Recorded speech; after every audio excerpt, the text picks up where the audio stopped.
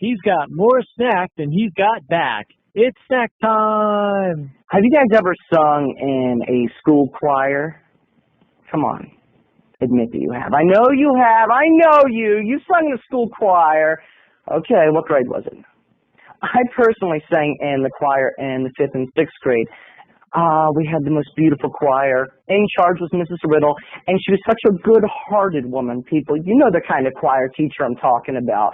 She cared, and she wanted to use her choir to spread that love around the community. And that's what suburbia is all about and should be all about.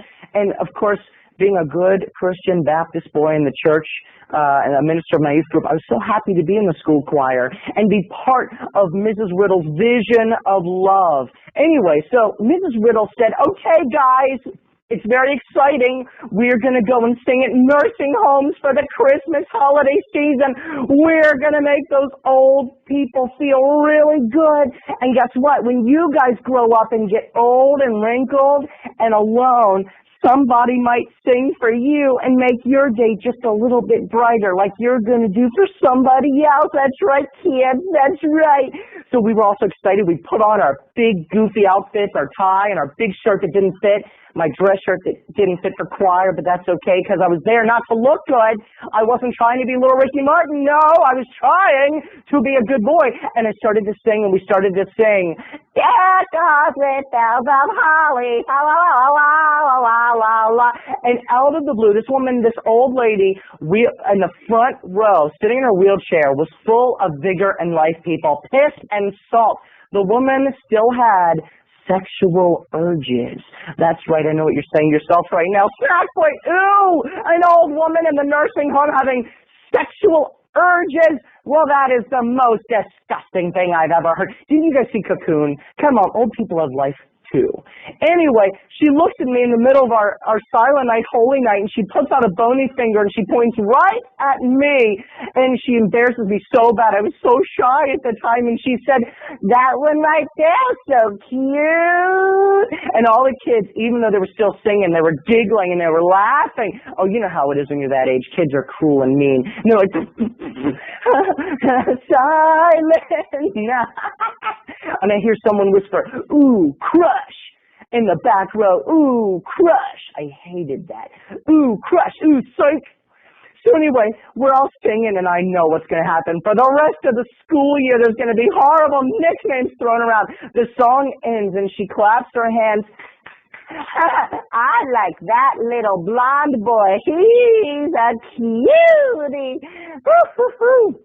The woman was filled with dementia. Her old cobweb brain didn't remember that in the 6th grade you can't say things like that and let the kid get away with it. Oh, the horror, the terror I would face at school. Oh, the laughing stock I would be. Well, anyway, we took a break. Mrs. Riddle said, "Okay, 5-minute break, guys. Go grab some juice. You're singing great."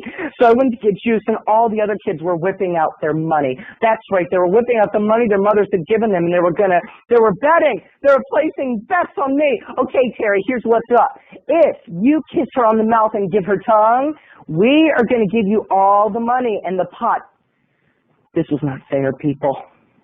I wanted a $19 Conan the Barbarian comic book from Jeffy's Comic Books in Silver Spring. I wanted it so bad. I wanted it so bad. It was the number 3 issue, and I needed it. I had to have it. I had to fix my... It was like a drug dose I needed, man. I wanted it, so I said, "Okay, fine." I took the money, and it was just enough to buy the comic book.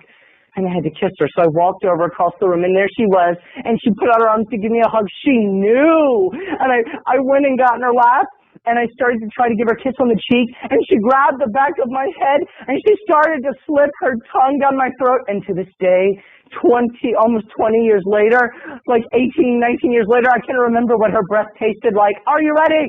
It tasted like gravy. It tasted like Hall's Mentholyptus, and it tasted like cigarettes, people. A combination of tobacco, Hall's Mentholyptus, and gravy from the turkey they were serving that night. It was so disgusting, I almost lost it right there. All that I could force through my mind was comic book, comic book, comic book. I started to dry heave. I didn't want to throw up all over this woman. I could imagine the kids would take their money back if I threw up. Hold it in, Terry. Hold it in. And around the corner I hear, "Hey, are you trying to do time with my best gal?" That's right. The crazy lady's old crazy husband was wheeling around the corner, and he was coming at me. Oh, no, he would be jealous. But instead, it was worse than that, people. He wasn't jealous. He was laughing at me. Ha, ha, ha. Look at this little one we have here. It looks like he's got a crush on my old lady. I know what you're thinking. No, Snackboy, no. Oh, the terror. What will they say Monday? Ask you.